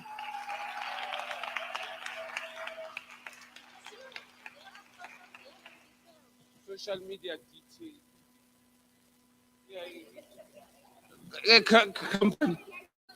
The organization is called Sketch Production. You just write Sketch Production. Twitter handle @Sketch Production, or just click my name. I'm very famous, but not yet. It's just click Paul Nuku, PAULNOKO. When you go Paul Nuku, I am number 5 in South African writers. Yes, number 5. 1, 2, 3, 4, 5. Yeah. 5. Slew. Word. Hi everyone, once again, my name is Silukela Slu Mulamudi. I am from an organization called Generation G. So basically what Generation G does is to mobilize youth in their full diversity in order to advocate against gender-based violence. However, in the work that we do in our communities, we've come to realize that gender-based violence is not the only issue. So we've got things called, we've got something called projects. So like Osisi mentioned earlier, that do not sell the Constitution to us, right? So what we then do is to mobilize young people once again, so they have that kind of knowledge, so that it does not sound fancy or sound foreign when a politician starts talking about the Constitution of the country. So what Generation G also does is to integrate activism into the daily life of our people. It's not fashion. Activism is not fashion, it's not swag, it's not a trend. This is how we live as Africans. This is how we have lived as Africans. So as Generation G, we are saying, let's go back to being a proactive society. That society that used to be bothered about issues and stood up and did something about them, let's go back to being that society. Thank you. Oh, social media. By the way, my YouTube channel, my social media. So social media is @Slu_Molamudi on Twitter and on Instagram. I saw Karen tweeting, honey, hit me up. And it's Silukela Molamudi on Facebook, and then Generation G, there's a website. Thank you. Next up, the legendary Stay. Sanbonan.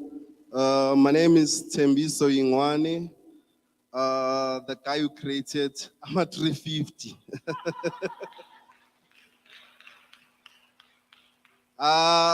Tembiso is a co-founder of Freedom Charter Foundation, which is based in Kliptown, in a place where Freedom Charter was signed in 1955.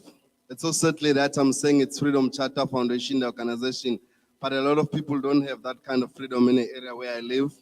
We're still lacking proper sanitation, which is one of the baddest things that is happening. The story short, let me go just to the curious thing that we did. When COVID started in 2020, I think I gave Tessa a call and say, you know what, I have a problem, which is a bigger one for me in my community. I see that there will be a shutdown. People will be sitting at home without no food. How are we handling people who don't have source of income? Because you must understand, where I'm from, a lot of people are working on hand to hand. It's a monthly based month where you get money. At the end of the day, after 3-4 days, the money is gone. So I decided to write on Facebook that we need donation for people to assist us with food, for people to get food at the end of the day during COVID time. So I think during that time, we managed to assist 10,000 families with food.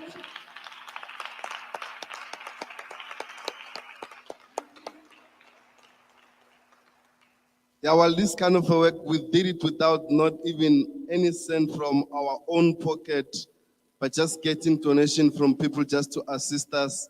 And we are still continuing, even although sometimes we're assisting people who don't have source of income within our community. Other than the COVID cases, we also have a team of football team where we cater for children from 8 years until the age of 16, which is they are playing on weekly basis in Nike Center, which is based in Pienville, where they're playing league games. We also help them just to make sure they become away from the streets. As you understand, in our community, it's one of the highest area in terms of drug use, alcohol. So the only thing that we can do just to make sure for those children is to guide them through sport.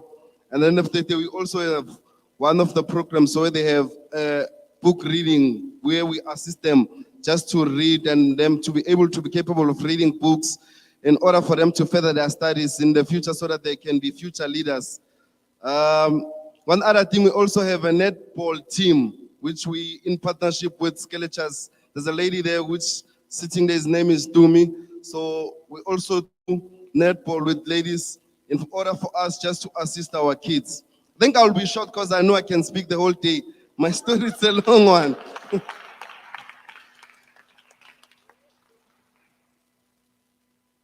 I'm sure after this exercise, some people feel, sure, maybe I'm not doing enough. In my little corner, people are doing amazingly fantastic things, and we're just about to make the circle go bigger. And I can tell you one thing. I nearly laughed. I see Songezo has the camera. I'm not sure I'm going to be on that photo, but you can. There is a running joke between he and I about who is less technologically savvy than the other. But are you happy? Are you happy? We started off on a bit of a diagnosis, got us a little sad, then moved on to what can we do, what we call appreciative inquiry, the society you want to live in and see in future. Fantastic method born out of Chicago. And now talking to people who actually do things and comedians who can actually make us laugh as well. Happiness is a political issue.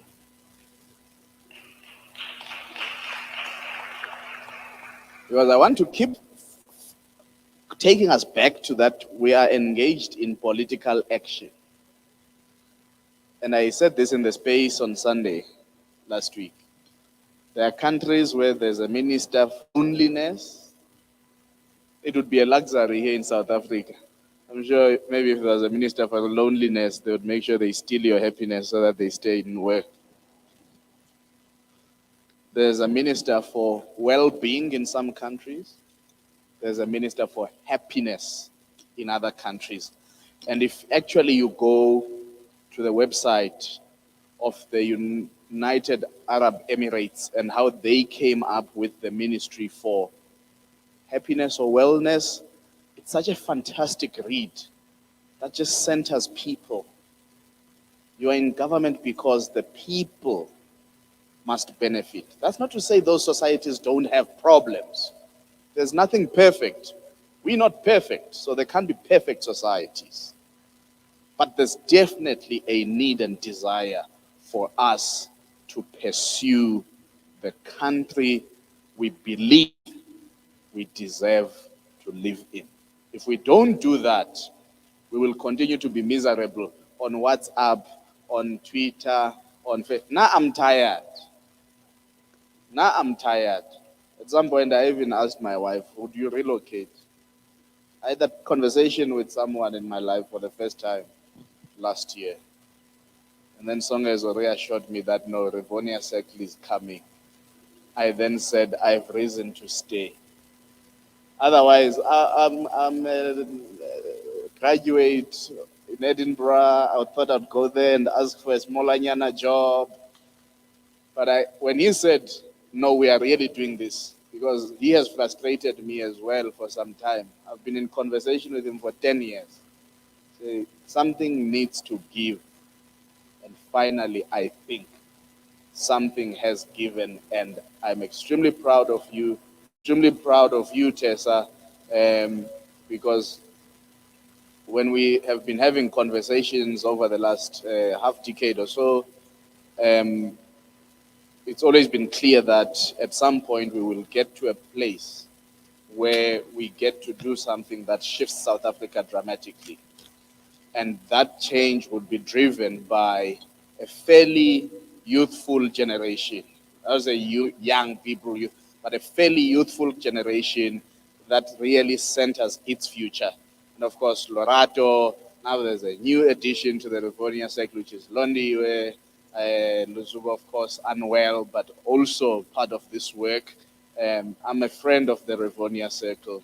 They are trying very hard to see if they can't get me there, but let's see what the future holds. But we are going to work together, and you don't need to leave your station, part of the work. I've been frustrated by this country for 15 years. Now I can breathe a little. We've been going adrift for a good 15 years as a country. So we've got a serious backlog.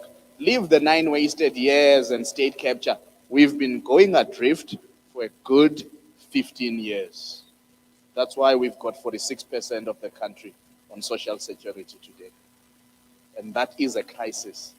That's why 52%, 53% of black women in this country are unemployed. That is a crisis. And if that does not spare us to do some work and something about it, nothing ever will. So by closure, I'm going to call Lorato to come give us a thank you, make the announcements, thank the chef, thank the person who was taking our temperature, thank Londi, where you know how people thank.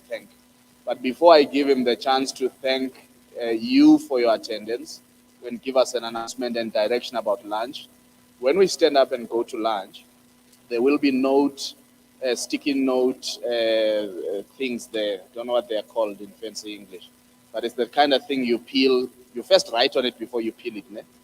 You write on it, and then you post it there on those 5 thematic areas. Give us your name and what is it about the particular thematic area that resonates with you the most that you are willing to participate on.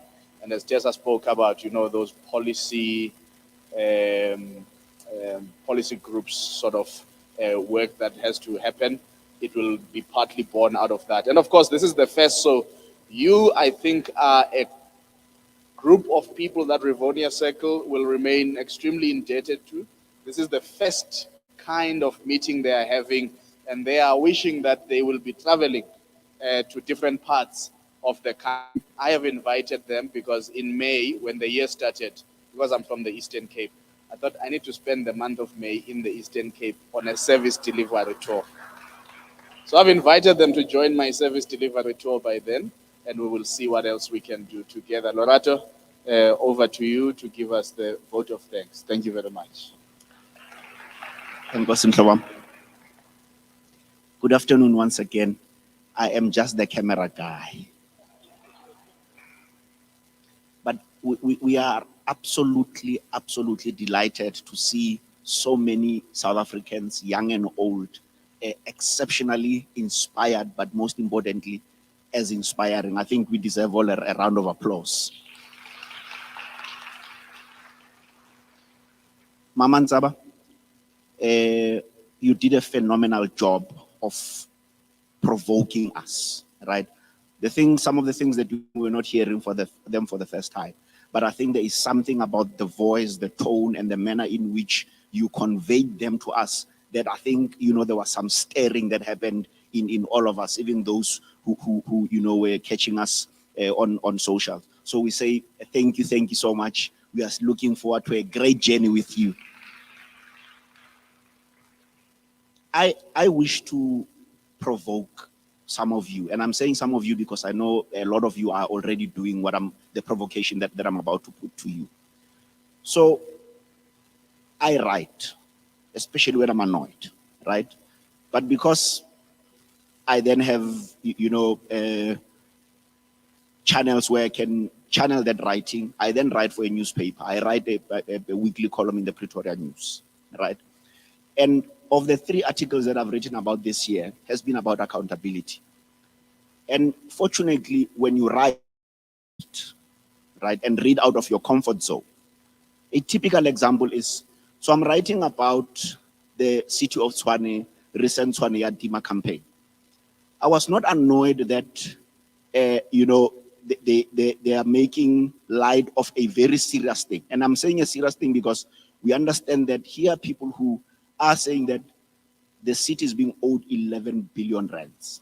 But most importantly, they acknowledge that we have been lenient on these ones who have bigger debts. And guess what we do on Twitter? They say, we are going to switch off at the embassy. We are going to switch off at the Sheraton Hotel. What do? We clap hands for them. Tima. We are not asking. So there's a group of executive members who are earning no less than R1 million each, who have a responsibility because there's a debtors policy that they ought to be executing on a day basis. There's a revenue strategy that they ought to be dealing with and managing on a day-to-day basis. And we are not asking ourselves, but why are these people sitting on their hands? Why are we clapping for people for doing the bare minimum? Right? But here's a discovery that I then made.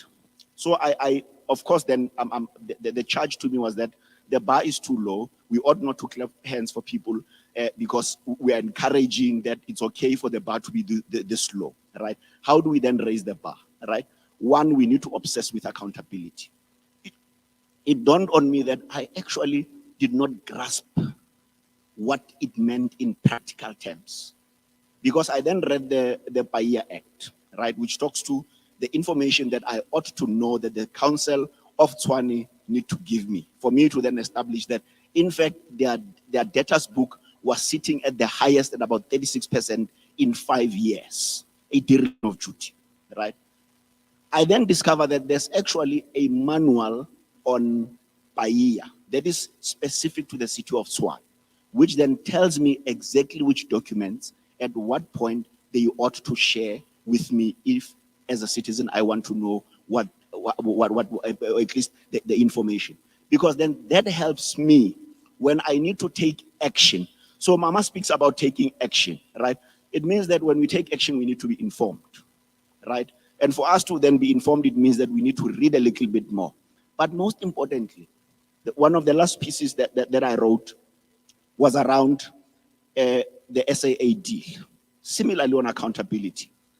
I realized that Parliament is not doing its work because Parliament is supposed to ask the Department of Public Enterprises to come and account, and they are not doing that for whatever reason, as they have done with the Jacob Zuma-Nkandla issue and many other issues, right?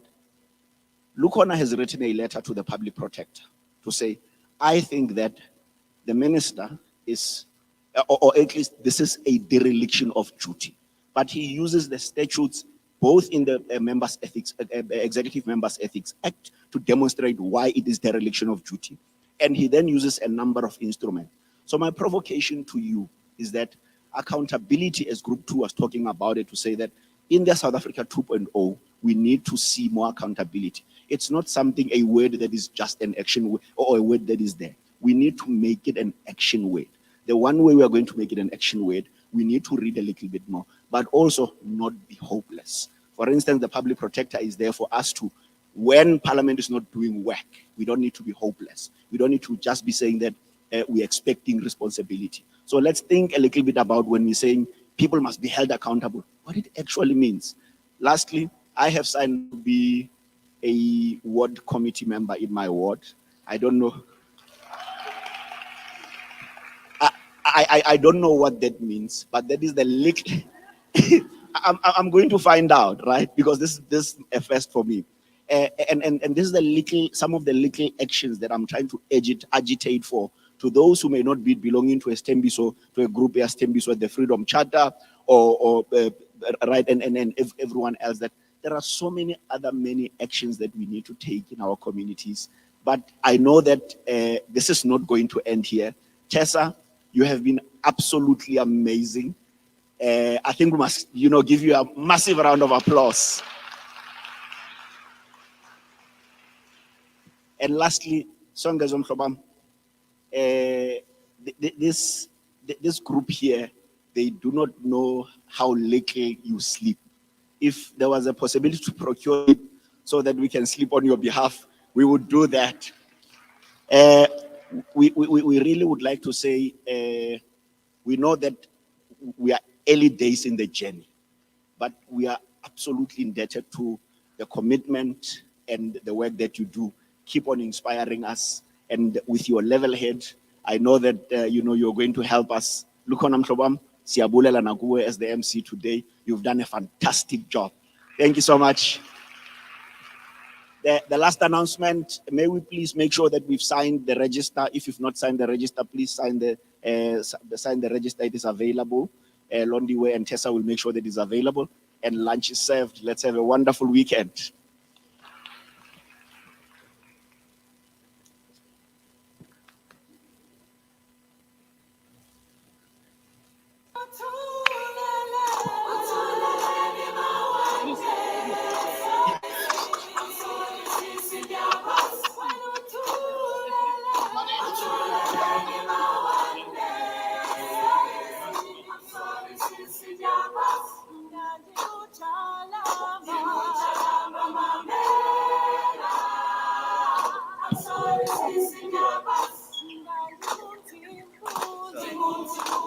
I'm